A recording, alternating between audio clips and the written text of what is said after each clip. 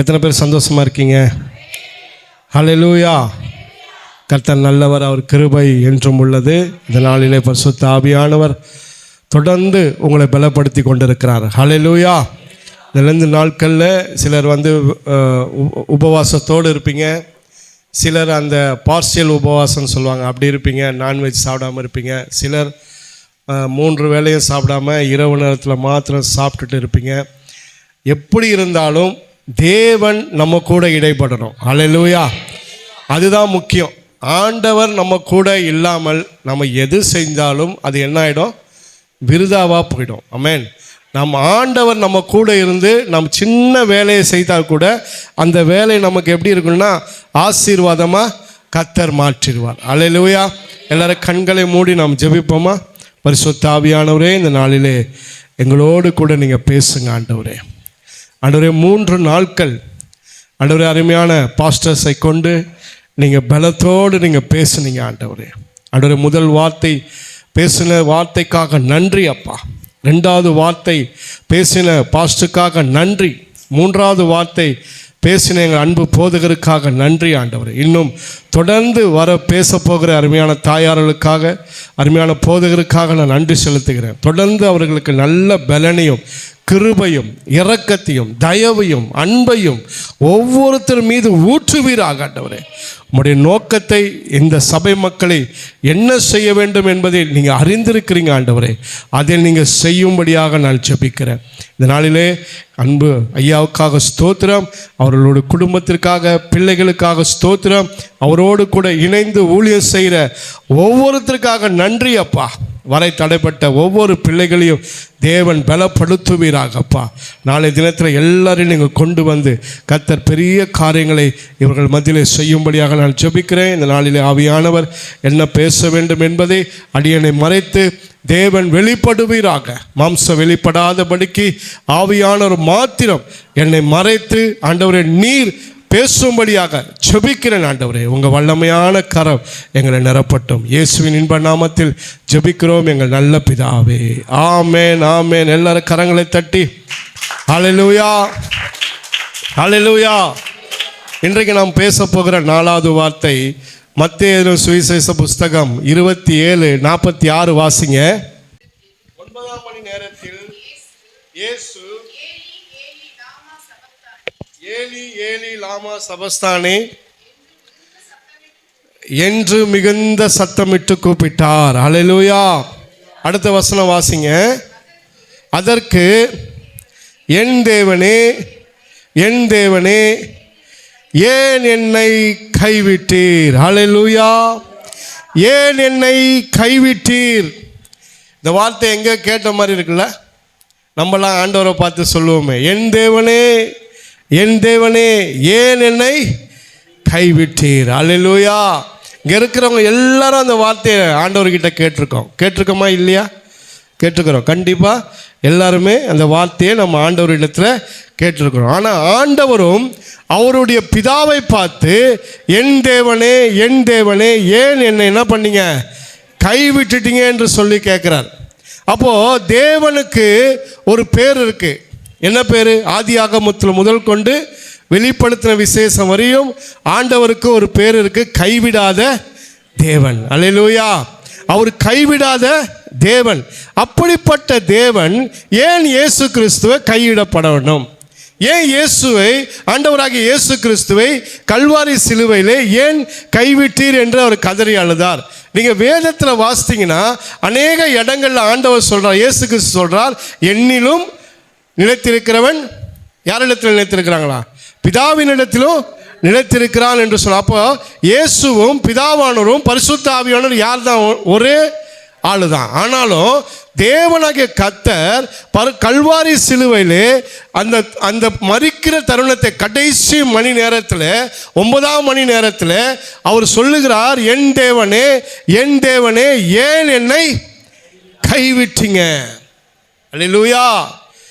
ஏன் என்னை கைவிட்டீங்கப்பா அப்படின்னு சொல்லி கேட்குறாரு. ஆண்டவர் கைவிடப்படுகிறவரால் பார்த்தா கைவிடப்படுகிறவர் இல்லை. ஆமென்.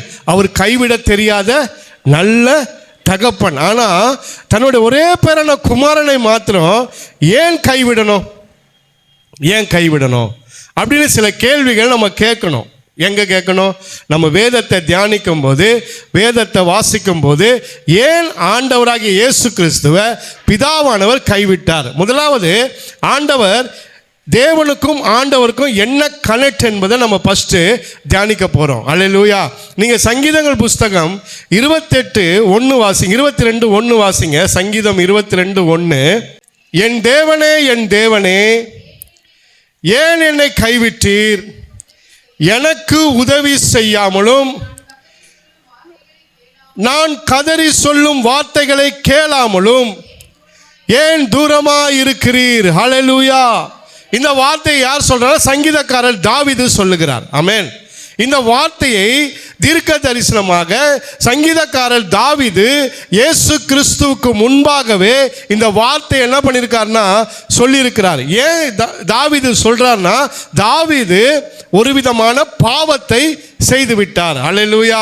அந்த பாவத்தை செய்யும் போது அவர் என்ன பண்றாருன்னா, அவருடைய முப்பரையில் நிற்கும் போது ஒரு மகளை பார்த்து அந்த மகள் அழகா இருக்கிறார் என்று சொல்லி அந்த மகளுடைய கணவர் என்ன பண்ணிடுறாரு?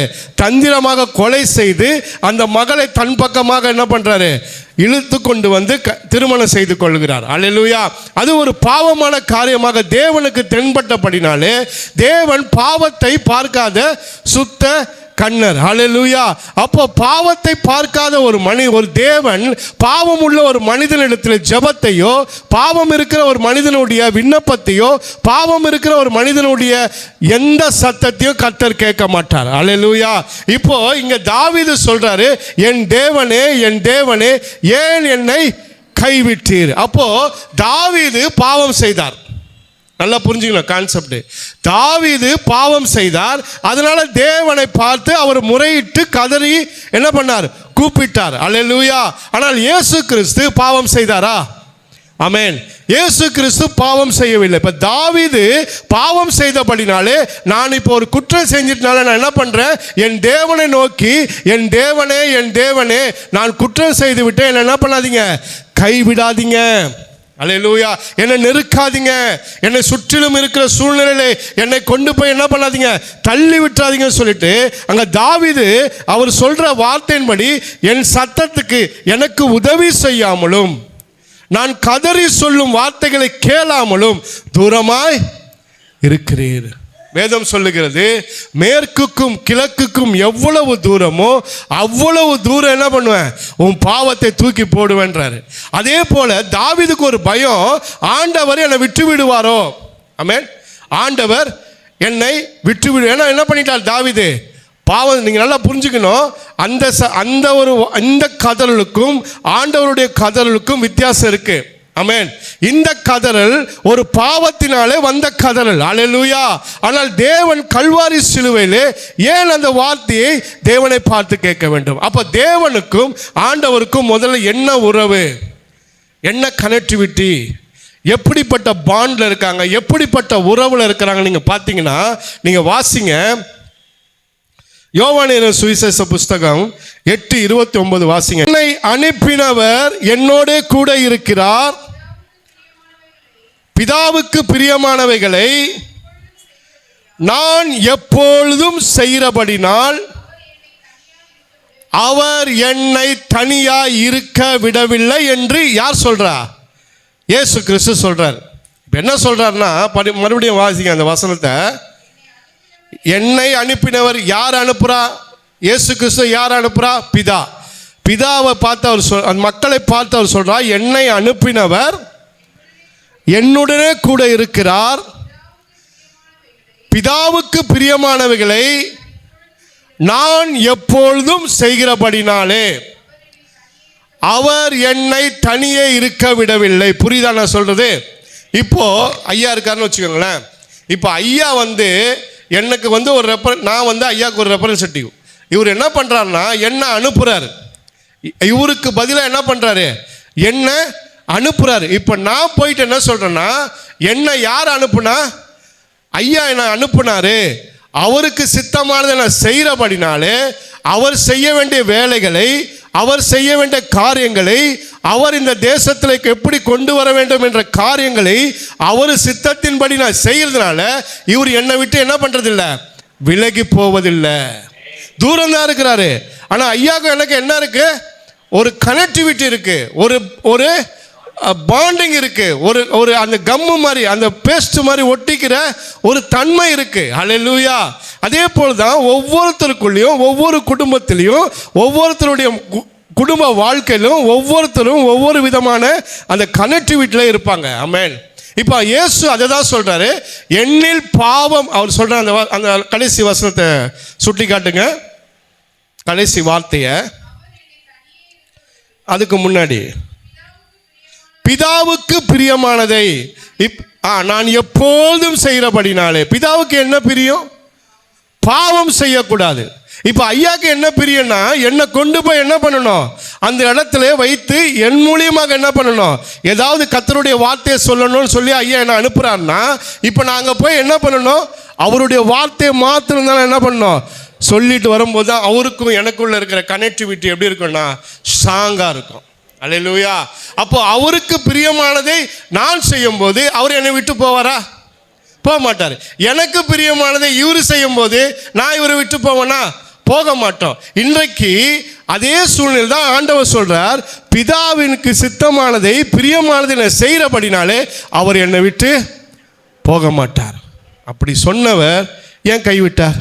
கேள்வி வரணும். வருதா இல்லையா? வருதா? உள்ளுக்குள்ளே வந்துக்கிட்டே இருக்கணும். அதுக்கு தான் ஆன்சர் கடைசியில் வரப்போகுது. உள்ளுக்குள்ளே அந்த கேள்வி வரணும்யா, அந்த கேள்வி வந்துக்கிட்டே இருக்கணும். ஏன் இப்படி ஒரு தகப்பன் எப்படி கைவிடுறாரு இயேசுவை? இன்னொரு வசனத்தை வாசிங்க, ஆபக்குக் 1:13 வாசிங்க. தீமையை பார்க்க மாட்டாத சுத்த கண்ணன் யாரு? இயேசு கிறிஸ்து. அல்லேலூயா. அப்போ பாவத்தை பார்க்காத சுத்த கண்ணன். தீமைனா என்ன? தீமை, தீங்கு செய்யாதிருப்பாயாக நமக்கு சொல்றார். ஆனா அவரு செஞ்சார் எங்க இருக்கா? தீமையை நன்மையினால் என்ன பண்ணு, வெல்லுன்னு சொல்லியிருக்க. ஆனா அப்படிப்பட்ட ஒரு மனிதன் பாவத்தை பார்க்காத ஒரு சுத்த கண்ணர். அப்போ ஒரு பாவத்துக்குள்ள இல்லாத ஒரு மனிதன், பிதாவுக்கு பிரியமான திட்டங்களை செய்கிற ஒரு மனிதன், பிதாவுக்கு பிடிச்ச காரியத்தை செய்கிற ஒரு மனிதன் எப்படி கைவிடப்படுறார்? கேள்வி வந்துடணும். கேள்வி வருதா? வருதா? என்ன சார் கேள்வி வருதா? நம்ம கேள்வி வருதாம்மா? கேள்வி கேட்குறீங்களா? கேளுங்க, கேள்வி கேளுங்க. எப்படி கைவிடப்படுறா? இன்னொரு வசனத்தை உங்களுக்கு புரியுற மாதிரி சொல்ற மாதிரிங்க. எசையா புஸ்தகம் 51:2. அதுக்கு முன்னாடி நீங்கள் யோவான் 8:29 வாசித்தீங்கல்ல. அப்போ அவருக்கு பிரியமான காரியத்தை செய்கிறதுனால அவர் என்ன பண்ணுறாருன்னா, அவர் ஞானஸ்தானம் எடுக்க வரும்போது யோவான்கிட்ட சொல்கிறாரு, எனக்கு இடம் கொடு, இப்போ நான் என்ன பண்ணிக்கிறேன், ஞானஸ்தானம் எடுக்கிறேன்னொன்னே, ஞானஸ்தானம் எடுத்த உடனே புறாவை போல பிதாவானவர் வந்து என்னுடைய நேசகுமாரன் என்று சொல்கிறார். அல்லேலூயா. அப்படி நேசகுமாரனை யார் கைவிடுவா? இப்போ எனக்கு ஒரு மகன் பிடிக்கிறான் அப்படின்னா அந்த மகனை நான் கைவிடுவேனா? பிடிக்க மாட்டேன். என்னுடைய மகள் எனக்கு பிடிக்கிறான்னா அந்த மகளை நம்ம கைவிடுவோமா? கூடவே வச்சுக்கிட்டே இருப்போம். எங்கே போனாலும் கூட என்ன பண்ணுவோம், கூப்பிட்டு போவோம். அப்போது ஒரு பிடிக்கிற ஒரு மகன், அவரே சொல்கிறாரு, இவரு சொல்கிறார், ஏன் சொல்கிறாரு, நான் எங்கள் அப்பாவுக்கு பிடிச்சபடி செய்கிறனால எங்கள் அப்பா என்ன பண்ண மாட்டார், என்னை விட்டுட்டு போக மாட்டார். அப்போது அவர் சொல்கிறார் வானத்திலேருந்து, இவன் என்னுடைய நேசகுமாரன். அப்போது ரெண்டு பேருக்குள்ள நல்ல பாண்டிங், அதாவது ஒரு அப்பா மகனுக்குள்ள நல்ல உறவு இருக்குது. அந்த உறவு இருக்கும்போது ஏன் கைவிடணும்? அல்லேலூயா. இப்போ இன்னொரு காரியம் சொல்லுங்கள், மறுரூபம் ஆகும்போது நம்ம வசனத்துக்குள்ளே போக வேண்டாம், ஏன்னா டைம் இல்லை நமக்கு. நீங்கள் அது மத்தேயு சுவிசேஷ புஸ்தகத்தில் நீங்கள் போய் வீட்டில் போய் வாசிங்க. மத்தேயு, மார்க்கு இதெல்லாம் எடுத்து நீங்கள் வாசிங்கன்னா உங்களுக்கு தெரியும். அந்த காரியங்களை கர்த்தர் உங்களுக்கு அழகாக சொல்லியிருப்பார். அல்லேலூயா. இப்போ நீங்கள் பாருங்கள், மறுரூபம் மலையில் யோவான் மறுரூபம் ஆகும்போது எலியாவும் மோசே என்ன பண்ணுறாங்க, வந்து அவரை அப்படியே வந்து மாற்றுறாங்க. மாற்றும் போது வானத்திலிருந்து ஒரு சத்தம் கேட்குது, இவர் என்னுடைய நேசகுமாரன். அல்லேலூயா. அப்போ தன்னுடைய மகனை எங்கேயுமே யார் பிதா என்ன பண்ணல, விட்டு கொடுக்கல. ஆனால் ஒரே ஒரு இடத்துல ஏன் கைவிட்டாரு? அல்லேலூயா. ஒரே ஒரு இடத்துல மாத்திரம் ஏன் கைவிட்டார்? ஆமென். அதை நீங்கள் கேட்டுக்கொண்டே இருக்கணும். ஏன் ஆண்டவரே ஒரே ஒரு இடத்துல நீங்கள் கைவிட்டீங்க? ஹல்லேலூயா. அதை நீங்கள் கேட்டுக்கொண்டே இருக்கணும். நீங்கள் ஏன் கைவிட்டார், ஏன் கைவிட்டார்? இன்னொரு நீங்கள் வாசிங்க, உங்களுக்கு புரிகிற மாதிரி, தெளிவாக புரிகிற மாதிரி சொல்கிறேன். லூக்காயின சுவிசேஷ புஸ்தகம் 21:22 41 42 43 44 வாசிங்க. அவர்களை விட்டு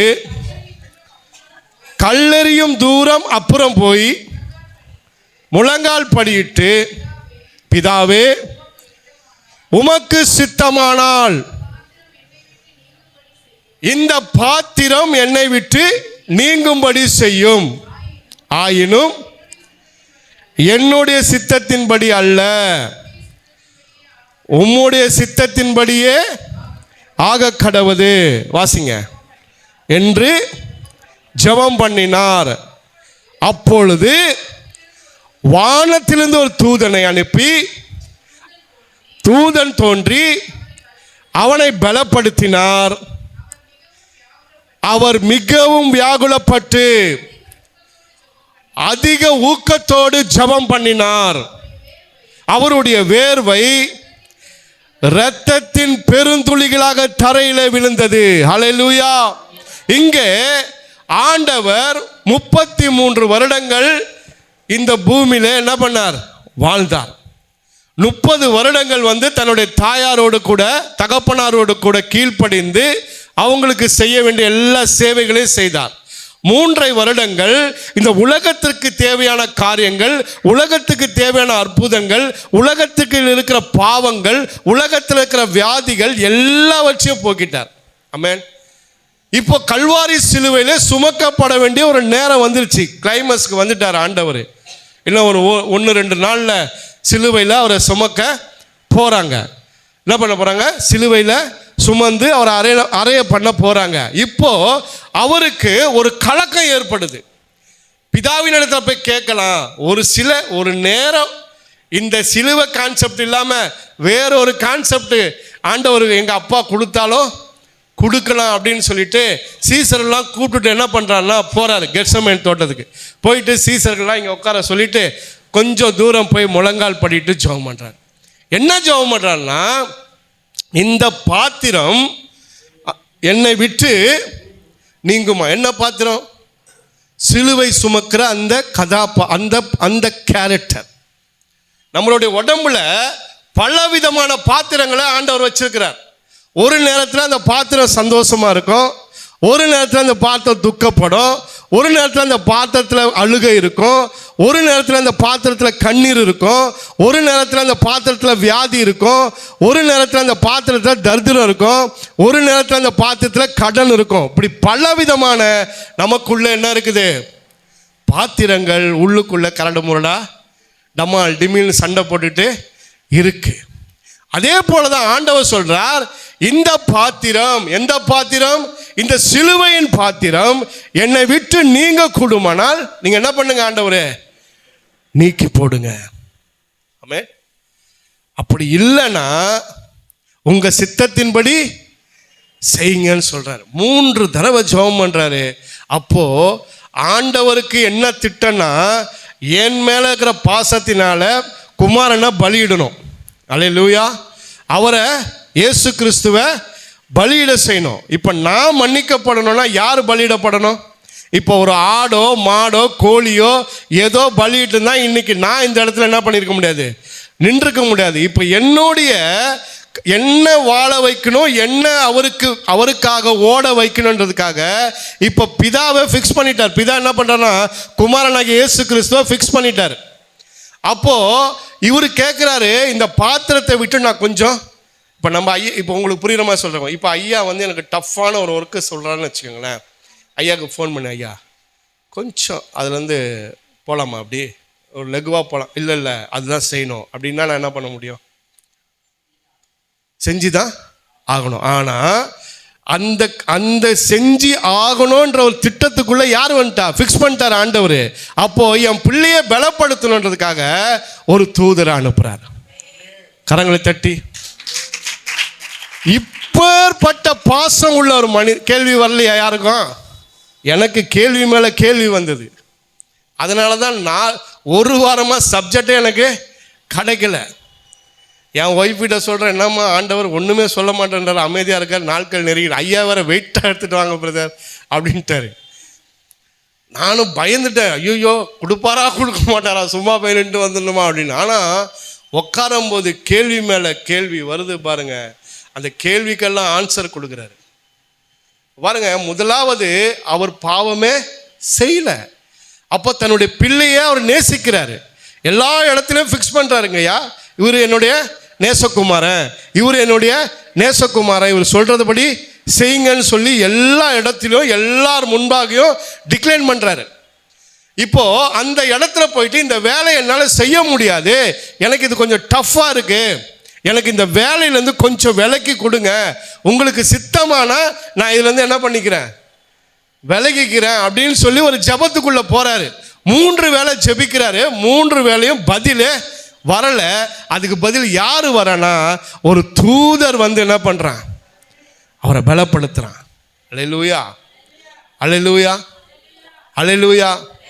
இன்னைக்கு அப்பா கூட சில நேரங்களில் பிள்ளைங்களை கொஞ்சம் அம்மாவோட அப்பா கொஞ்சம் கடினமாக நடத்துவார். ஏன்னா அம்மாவுடைய காரியம் வந்து அந்த நிமிடத்தில் பிள்ளைங்க சந்தோஷமாக இருக்கணும்னு நினைப்பாங்க.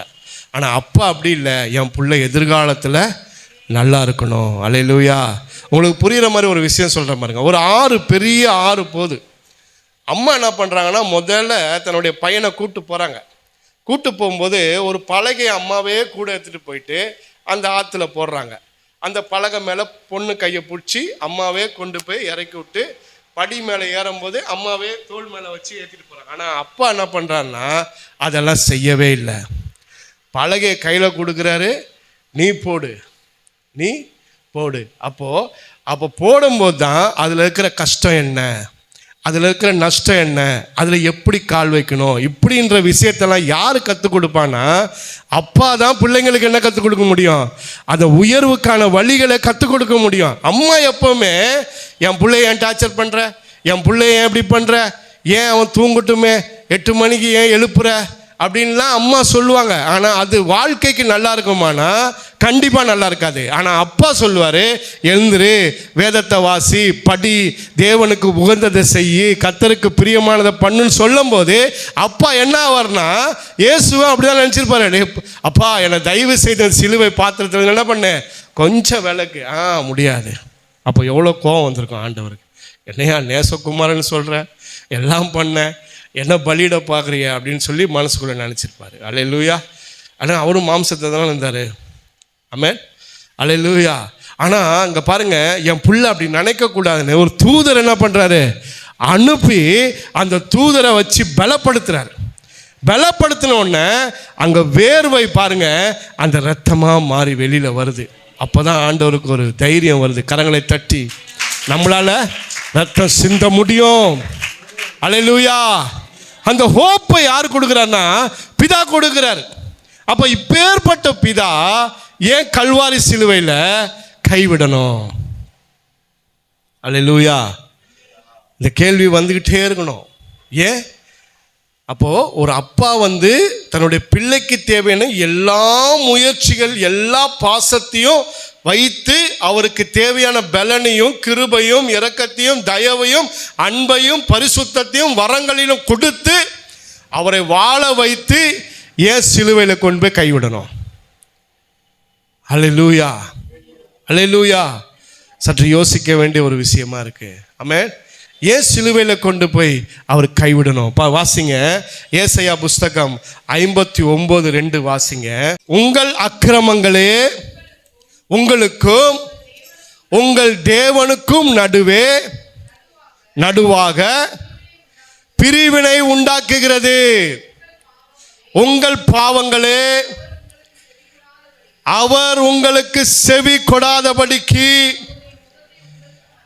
அவருடைய முகத்தை உங்களுக்கு மறைக்கிறது. அல்லேலூயா. இப்போ அந்த வசனத்தை நம்ம ஸ்டெப் பை ஸ்டெப்பாக பார்க்கலாம். அல்லேலூயா.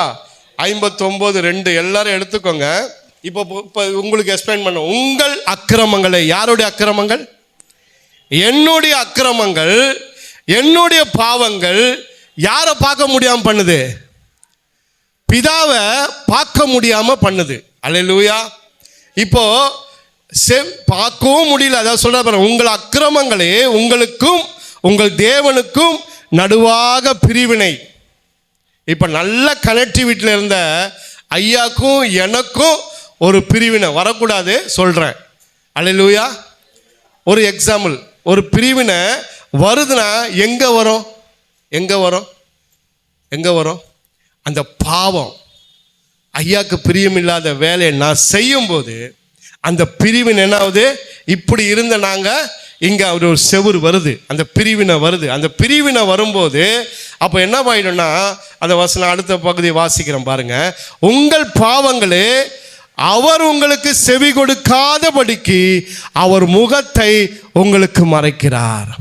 அல்லேலூயா. இதுவரையிலும் டைரக்டா அப்படியே பார்த்துன்ற முகம் அப்படி கொஞ்சம் திரும்புங்கய்யா. அப்போ திரும்பும்போது அந்த ஃபேஸ் எனக்கு தெரியுமா? அப்போ ஏதோ ஒரு விஷயம் என்ன ஆகுது? கிராஸ் ஆகுது. இப்போ பிதாவுக்கும் இயேசு கிறிஸ்துக்கும் சிலுவையில் அந்த போராட்டம் தான் நடக்குது. அல்லேலூயா. உங்களுடைய பாவங்கள், உங்களுடைய அக்கிரமங்கள், உங்களுடைய எல்லா விதமான கரைகளையும் தேவன் சுமக்கும் போது அவர் பாவத்தை பார்க்காத சுத்த கண்ணர் இயேசுவை இமைப்பொழுதிலே கைவிட்டார். கரங்களை தட்டி அல்லேலூயா, அல்லேலூயா. அந்த இமைப்பொழுது கைவிட்டது கூட யாருக்கு பிடிக்கல? இயேசுவுக்கு பிடிக்கல. இயேசுவுக்கு பிடிக்கல. ஏன்னா எங்கள் அப்பா என் கூடவே இருக்கணும். அல்லேலூயா. அவர் பாருங்க, சிலுவையில் அவர் அவமானப்படுத்துகிறாங்க, நிந்தைப்படுத்துகிறாங்க, வேதனைப்படுத்துகிறாங்க. கூட இருந்தவங்கெல்லாம் காட்டி கொடுத்துட்டான், கூட இருந்தவங்கெல்லாம் மறுதளிச்சுட்டு ஓடிட்டான். எல்லா சீசர்களும் ஒருத்தரை இல்லை, இரவெல்லாம் சாப்பாடு கிடையாது, வேதனை, காரி துப்புறாங்க, அடிக்கிறாங்க, வேதனைப்படுத்துகிறாங்க. எங்கேயுமே அவர் வாயை திறக்கவே இல்லை. ஆனால் ஒரே ஒரு இடத்துல தான் கதறி அழுதார். எப்போனா, பிதா என்னை கைவிட்டார். அல்லேலூயா. அந்த உணர்வு தான் இன்றைக்கு உங்களுக்கும் எனக்கு இருக்கணும். இந்த உலகத்தில் அம்மா போயிட்டாங்க, அப்பா போயிட்டாரு, மனைவி போயிட்டான், கணவன் போயிட்டான், புள்ள போயிட்டான், இனிமேல் எனக்கு ஒன்றுமே இல்லைன்னு நீங்கள் கதறி அழுகிறீங்கன்னா சொல்லுங்க, கர்த்தரே என்னை பாதுகாப்பார். கரங்களை தட்டி அல்லேலூயா, அல்லேலூயா. அந்த நம்பிக்கை நமக்கு வரணும். அந்த கதறல், நம்மளை யார் போனாலும், யார் என்னை விட்டு போகக்கூடாது, பிதா என்னை விட்டு என்ன பண்ணிடக்கூடாது, போயிடக்கூடாது. போயிட்டார்னா என் வாழ்க்கையில் நான் வாழ்கிறதுக்கு அர்த்தம் இல்லாமல் ஆகிடும். அப்போ பாவம் எப்படி ஒரு மனிதனை பார்க்க முடியாத பிரிக்குது என்பதை நாம் புரிந்து கொள்ள வேண்டும். அல்லேலூயா. புரியுதுங்களா உங்களுக்கு? நீங்கள் ஏசாயா புஸ்தகம் 54 லாஸ்ட்டாக வந்துட்டேன், முடிக்க போகிறேன் நான். ஏசாயா புஸ்தகம் 54 7 8 வாசிங்க. இமை பொழுது உன்னை நான் என்ன பண்ணிட்டேன்? கைவிட்டேன். ஆனாலும் உருக்கமான இரக்கங்களினால் உன்னை நான் சேர்த்து கொள்வேன். போதும், இந்த வசனம் போதும். உன்னை நான் சேர்த்து கொள்வேன். அல்லேலூயா. இமை பொழுதுதான். உலகத்தில் அந்த அந்த சிலுவையில் அவர் இருக்கும்போது அந்த 9ஆம் மணி நேரத்தில் பட்ட பகல் நினைக்கிறாரு. பட்ட பகலில் அப்படியே மேகம் என்ன பண்ணுது? கார் இருள் சூழ்ந்து மூடுது, இருட்டாகுது. அப்போ பாவம் உங்கள் வாழ்க்கையில் வர வர உங்கள் வாழ்க்கையில் இருள் வந்துடும். அல்லேலூயா. உங்கள் வாழ்க்கையில் இருள் வரும். அந்த இருளை யார் போக்க முடியும்னா, கல்வாரிநாதன் இயேசு கிறிஸ்துவினால் தான் அந்த இருளை போக்க முடியும். அவர் நீதியின் சூரியன். அந்த நீதியின் சூரியன் அவர் என்ன பண்றாருன்னா, சிலுவையில் நிற்கும் போது அவரையே என்ன பண்ணுது? இருள் சூழ்ந்து. இப்போ நீங்க எலிசா எடுத்துட்டீங்கன்னா, எலியா அந்த மலைக்காக வேண்டும் போது, எலிசா மலைக்காக வேண்டும் போது அந்த கையளவு மேகம் வந்தோன்னு அவர் சொல்றாரு, மழை வரப்போது ஓடுன்றார். அந்த சப்ஜெக்ட் வேற, அந்த இருள் வேற. ஆனா இந்த இருள் அந்தகாரத்தின் இருள். உலகத்தில் இருக்கிற எல்லா பாவமும் எங்க வருது? ஆண்டவர் மேலே வருது. ஆண்டவர் மேலே வந்து அப்படியே ஷோல்டரில், தலையில், காலில், கையில் எல்லா பாவம், உலகத்தில் இருக்கிற பாவம் எல்லாம் வந்து சேரும்போது அந்தகாரத்தினால் பட்ட பகலில் இருள் அப்படியே சூழும்போது பிதாவுக்கும் இயேசுவுக்கும் கனெக்டிவிட்டி கட் ஆகுது. அல்லேலூயா. அப்போ கனெக்டிவிட்டி என்னுடைய விருப்பம் கைவிடணும்னு கிடையாது, இயேசுவோட விருப்பமும் கைவிட்டக்கூடாதுன்னு இல்லை. அப்போ பாவம் உங்களுக்குள்ளே வந்ததுன்னா ஆட்டோமேட்டிக்காக பிரிவு வந்துடும். அல்லேலூயா, அல்லேலூயா. பாவம் நமக்குள்ளே வந்ததுன்னா ஆட்டோமேட்டிக்காக யாரு கைவிட வேண்டாம், அதுவே என்ன பண்ணும், பிரிவை கொண்டு வந்துடும். அப்போ தான் தெரியும் நம்மளை விட்டுட்டார் ஆண்டவர். கதறி தாவீது அழுதான். தாவீது பாவம் செஞ்சான், ஆனால் இயேசு கிறிஸ்து பாவம் செய்யவில்லை. உலகத்தில் இருக்கிற எல்லா பாவங்களும், இந்த உலகத்தில் எவ்வளவு பாவங்கள் இருக்குமோ அத்தனை பாவங்களும் இயேசப்பா மீது வந்து விழுந்தது. அத்தனை பாவங்களும் சிலுவையிலே, அது அந்த காட்சி அப்படியே பாருங்க, கொஞ்ச நேரம் அப்படியே பாருங்க அந்த காட்சியை. அத்தனை பாவம், அது வரையிலும் வெளிச்சமாக இருந்த இந்த இடம் நல்லா பிரைட்டாக இருக்கு. இப்போ திடீர்னு லைட்டு ஆஃப் ஆயிடுச்சுன்னா என்ன ஆகும், இருட்டாயிடும். அப்படிப்பட்ட ஒரு பாவம் இயேசுக்குள்ளே வரும்போது பிதாவாலே இயேசுவை பார்க்க முடியலை. கரங்களை தட்டி அல்லேலூயா. அப்போ உங்களுடைய அக்கிரமங்கள் நிமித்தம், என்னுடைய பாவத்தின் நிமித்தம் அவரால் பார்க்கவும் முடியல, அவரால் அந்த சத்தத்தை கேட்கவும் முடியல. பிதாவே ஏன் என்னை கைவிட்டீர்? அந்த சத்தம் யாரு கேட்கல? ஏசாயா புஸ்தகத்தில் வாஸ்தமே 59:2 கூப்புற சத்தம் கேட்கவில்லை. யாருக்கு? பிதாவுக்கு கேட்கவில்லை. அல்லேலூயா. பிதாவுக்கு கேட்கல. அப்போ உண்டாகிறது அந்த இமைப்பொழுதுல ஒரு செகண்ட்ல இயேசு அப்படி கை விடுறாரு. கை விட்ட உடனே அடுத்த 3வது வசனத்தில் அவர் உயிர் அப்படியே பறந்து போகுது. அல்லேலூயா. அந்த இமைப்பொழுதுல அவர் கை விடுறார். இமைப்பொழுதுல அந்த கையை விட்டுட்ட உடனே அவர் சொல்றார் பாருங்க, அவரை அடிக்கிறாங்க, அவரை வேதனைப்படுத்துறாங்க, அதுக்கெல்லாம் அவர் கவலைப்படலைங்க. அவர் கவலைப்பட்ட ஒரே காரியம், எங்கள் அப்பா என்னை விட்டுட்டாரு. அல்லேலூயா. இன்றைக்கு நீங்களும் நானும் யோசிக்க வேண்டிய விஷயம், நம்ம வாழ்க்கையில் நம்ம கூட யார் இருக்கிறா?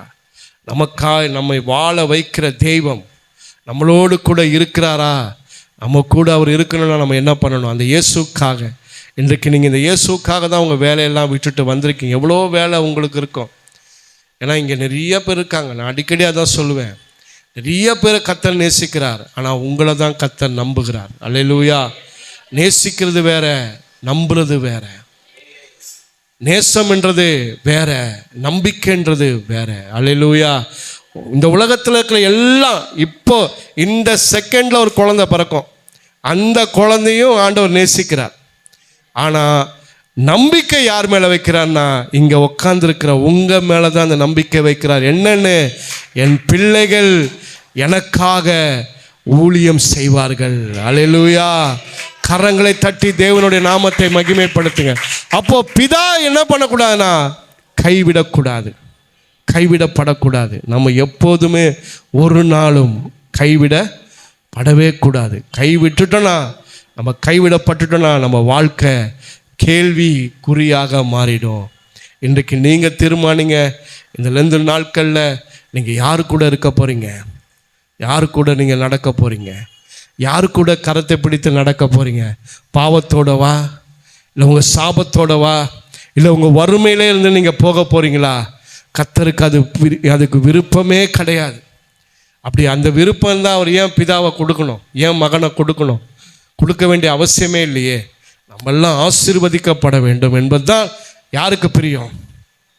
கர்த்தருக்கு பிரியம். அதனால தான் தன்னுடைய ஒரே பேரான குமாரனை உங்களுக்காக எனக்காக கர்த்தர் கொடுத்தார். அப்போ இந்த கேள்விக்கெல்லாம் உங்களுக்கு பதில் கிடைச்சிருக்கும்னு நினைக்கிறேன். ஏன்னா எல்லாமே ஏன் பாவம். அல்லேலூயா. கரங்களை தட்டி அல்லேலூயா. அவருக்கும் பிதாவும் பிரிவினை உண்டாக்குனது யாருடைய பாவம்னா, என்னுடைய பாவம் தான். அதனால தான் அவர் உயிர் தெழும்போது சொன்னார், நான் போய் உங்களுக்கு ஒரு இடத்த என்ன பண்ணுறேன், ஆயத்த பண்ணுறேன், நான் வர வரையிலும் உங்களுக்கு ஒரு தேற்றலவாளனை விட்டு போகிறேன். எனக்கு ரொம்ப பிடிச்ச ஒரு வார்த்தை அது. அடிக்கடி நான் ஆண்டவர்கிட்ட அதை சொல்லுவேன். ஏன்னா ஒரு தேற்றளவாளன், நமக்கு ஒரு பிதாவுக்கு ஒரு அந்த பிதா பாருங்கள் தன்னுடைய ஒரே ஒரு பேரான குமாரனை பலப்படுத்த வேண்டும் ஒரு தேற்றளவாளனை அனுப்பினார் கெத்செமனே தோட்டத்தில். அதே எண்ணம் தான் நம்ம ஆண்டவராகிய இயேசு கிறிஸ்துக்கும் தேற்றளவாளனை அனுப்பினார். கவலைப்பட வேண்டிய அவசியம் இல்லை. தொடர்ந்து நீங்கள் கர்த்தருக்காக முன்னேறி வாங்க. கர்த்தர் உங்கள் வாழ்க்கையை ஆசீர்வதித்து பெருக பண்ணுவார். கர்த்தர் தாமே உங்களை ஆசீர்வதிப்பாராக.